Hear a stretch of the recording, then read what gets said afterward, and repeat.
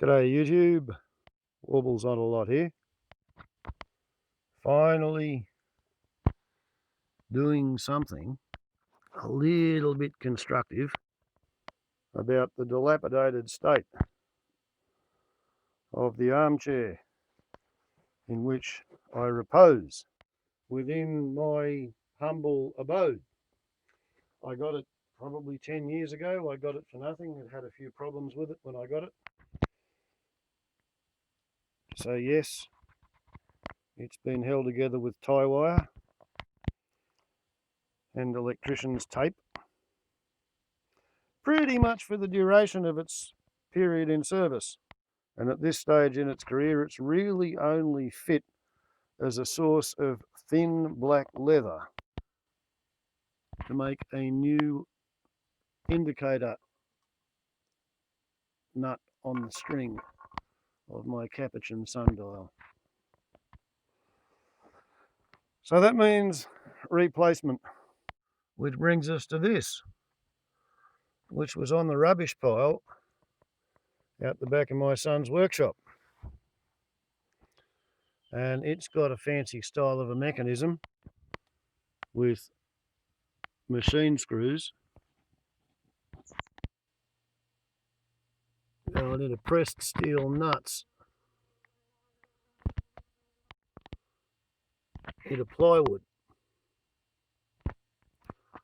So this fancy pneumatically damped height adjustment is all going to have to be shit canned, because when young fella me lad ran true to form and started repairing things with fiberglass to keep it in service rather than throw it away, wonder where he got that character tray. Eh?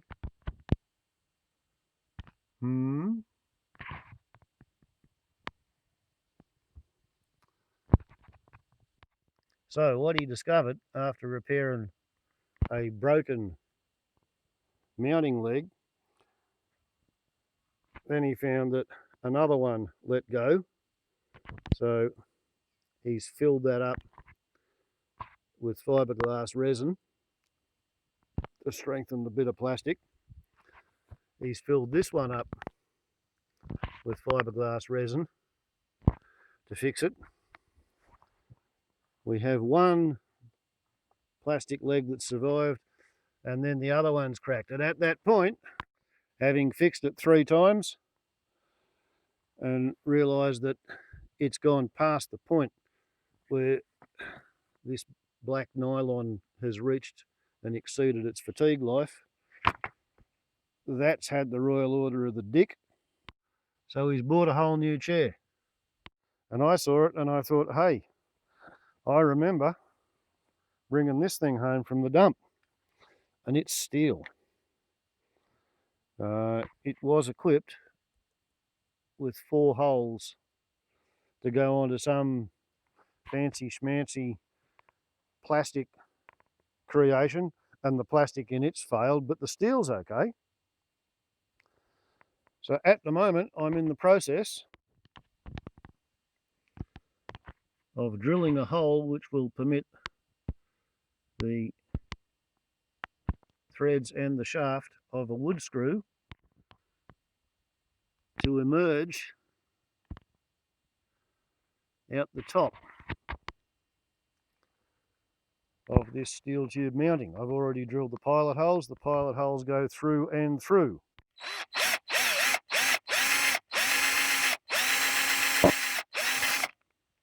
Here we go.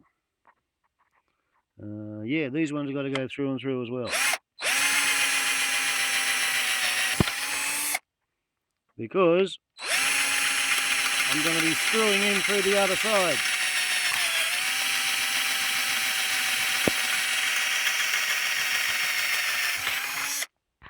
I'll just keep going with this.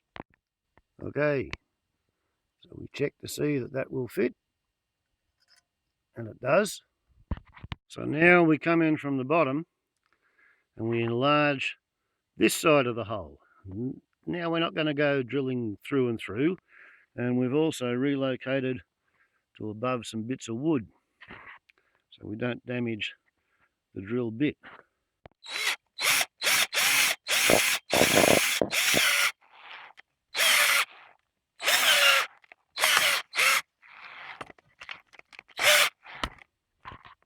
After a struggle,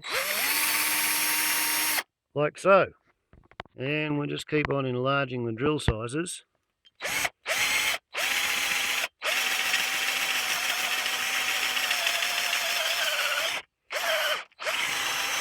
Blunt as a bastard, this drill,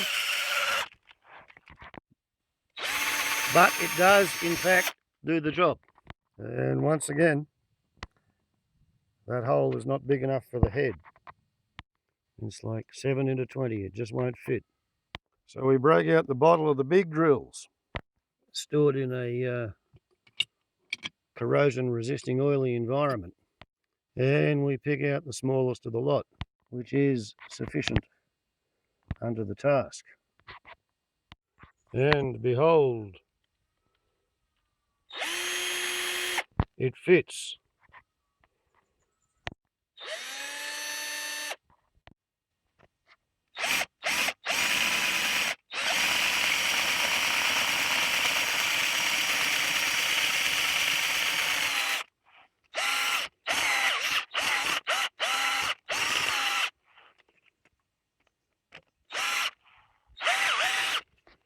Once again, we have the struggle that requires 2 hands in order to get it done. And by the time you get to hole number 6, yeah, you've developed the knack, as they say.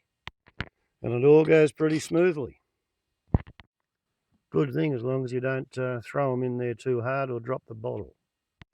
And now we just find a drill which is big enough for the shaft of the screw while leaving the thread sticking out. And I reckon this is the one. Therefore, I will go down a size and make sure, because I can always make the hole bigger. But in cheap shitty plywood, it's going to be pretty difficult to make it get any smaller if I fuck it up. And we all remember the fighter pilot's prayer. Please, Lord, don't let me fuck it up. Look at that. It almost fits like I bought one.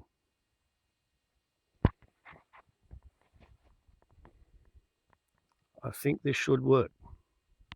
Before going ahead with the little drill, it was found necessary to do some reaming.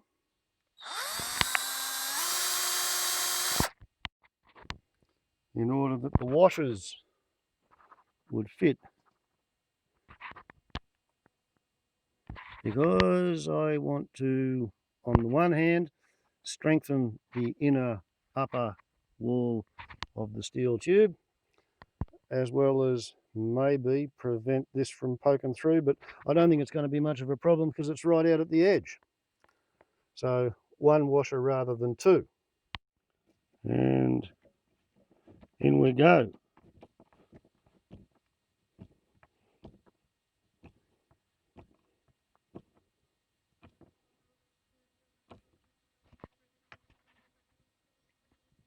Wood screw firmly into plywood with a washer to deform and conform as it has with the inside of the steel tube. One final check for the alignment and the positioning, and we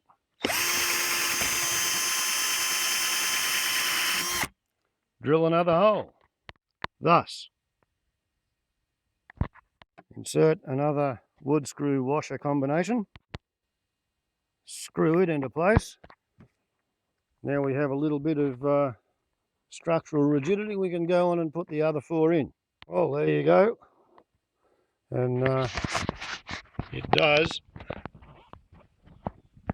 swivel.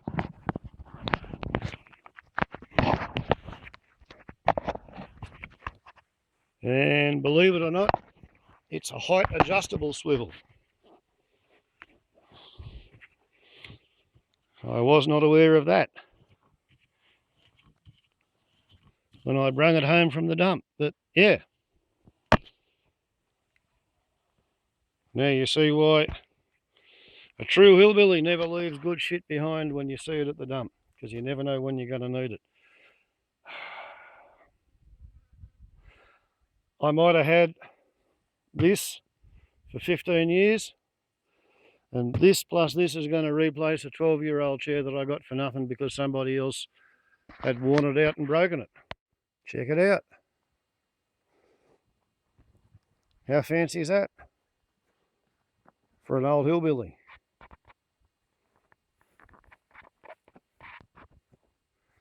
I reckon maybe I can get used to it. We will see.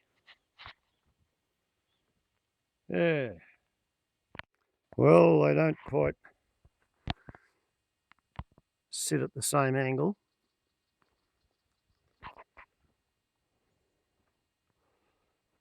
And at its lowest, the new one is higher than the old one.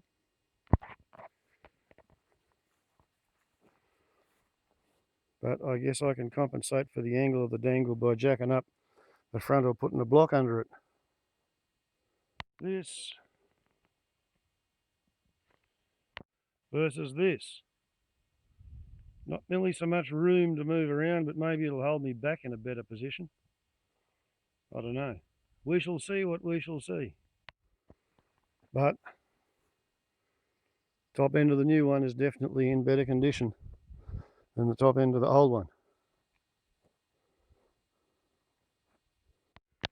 Well, yeah, it does need blocks under it, but you know, with the uneven floor, the old one, as I was saying, the old one had 2 blocks under it anyway. So, I've got my arse at kind of the same height, and I can now rotate in the spot. Feet go on the stool. It sort of pretty much works. And I'm thinking that I will probably get rid of those useless rollers, because in here I don't need the thing to roll about. I also don't need to have it raised up quite as high as it is. Otherwise you get too hot in the top half of the room when the pot belly is going flat out. Which turns out to be a whole lot easier than I thought.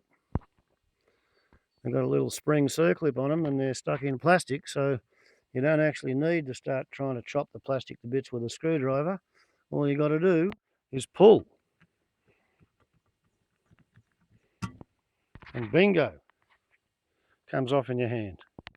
5 different times. How's that? It is still a couple inches higher, but not quite as much as you'd think, because that's being tilted back. I'll try for some flatter ground comparison. That's closer to the actuality. I think I can learn to live with that much change in one fell swoop in my palatial yet humble abode. There we go. Much more betterer. It puts the desk, or at least the stool that functions as a desk and a footrest, at a better height entirely relative to the chair. So it fits, Kimosabi, it fits, and not just in its place, as well as in its night stowage up against the chest of drawers. It fits through the door, which is more than I can say for that other thing, which must have been here for perhaps 12 years, because when I put it in, this door used to open, and that door hasn't opened for about 11 years since I got home invaded, and the home invader pulled it off its hinges. I had to bend it out of shape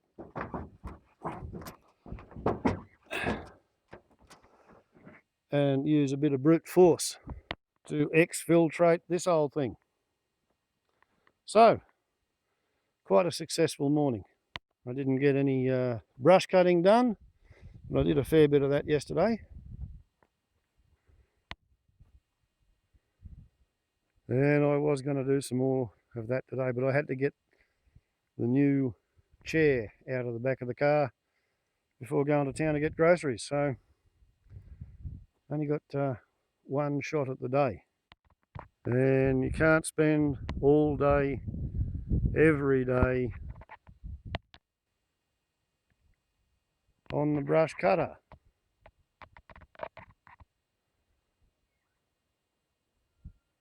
Which is, I might add, a bit of a high stress style of a job, because as well as avoiding the rocks,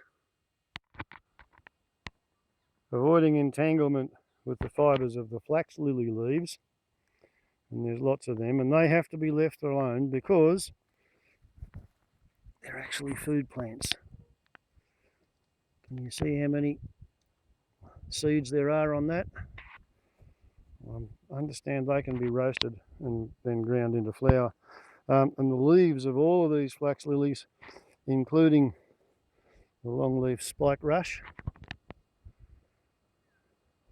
because they're spiky, and the longleaf mat rush, yeah, you can eat the bases of the leaves. These purple fringe lilies, there's apparently little starch nodules on the bases of their leaves. Now there's a wild native parsnip that I didn't see, and I've gone straight over it with the brush cutter.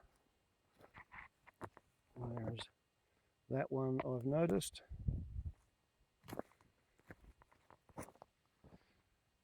Here's a plant that I've noticed, and another one,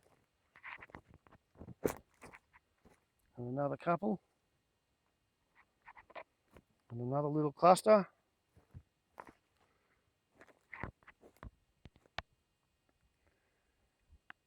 And all those white flowers on stalks up there, and those ones over there, wild native parsnip, Trachymene incisor.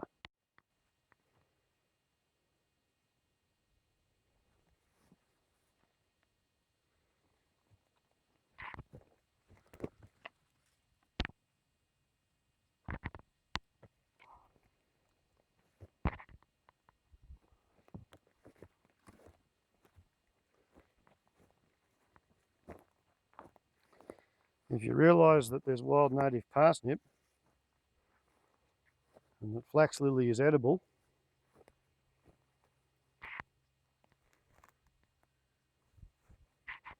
then this isn't actually a bad little garden.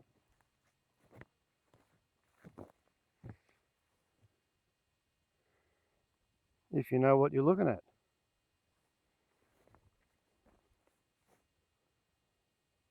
And the reason these are structured in little clumps like this is that about 25 years ago I went around and I collected a lot of seeds. And I realised that I didn't know much about propagating them, so I returned them all to the wild. Walking up along this little track here, throwing them out in patches where I thought they might go well based on where I'd seen them growing in the wild. Oh, see, we even have some little native insects to pollinate them with.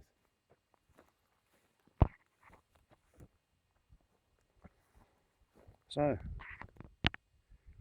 a seed head of Trachymene incisor.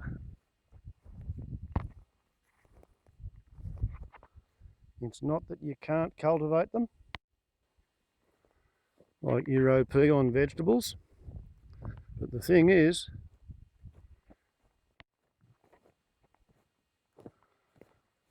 they don't like being cultivated.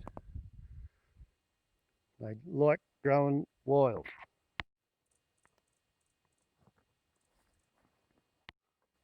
However, considering all the work and time and money and water one has to put in, oh damn, there's been a new mouse attack. I was hoping the mice would stick to the 3 tomatoes they'd already had a go at, they've gone into 2 more. Buggeration. Don't know that the tomatoes are going to be a success until I figure out what to do about mice. But anyway, here we have the one long-standing success of my captive tracking mean incisor breeding program, and what I hope to be getting off this, rather than something that I can eat, I'm hoping for seeds, which I can then toss out.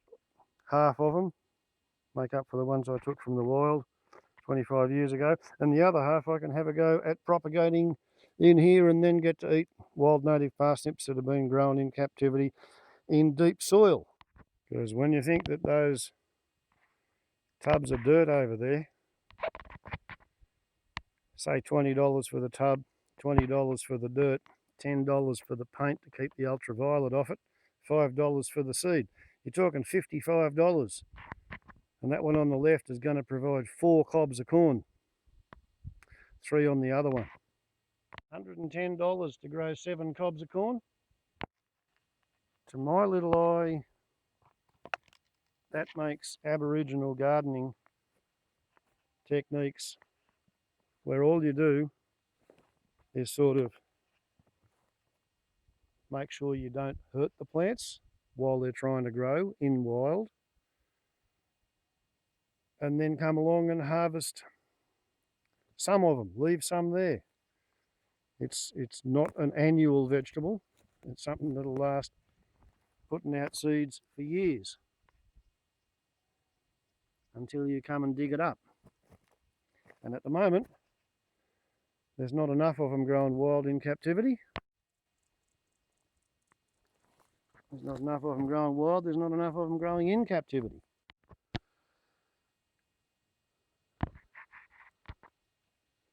So I'm being extra pleasant and friendly to mine, mowing around them,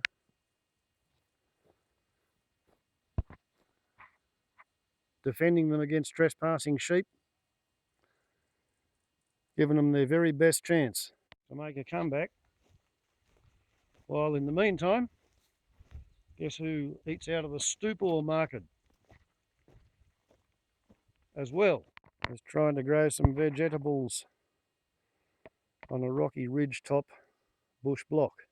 And so, in a video on hillbilly chair repair, you'll just have to take all that stuff about wild native parsnips as being some kind of a bonus extra footage.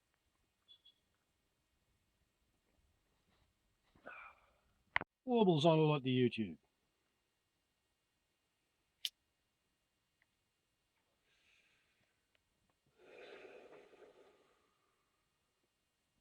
Ciao.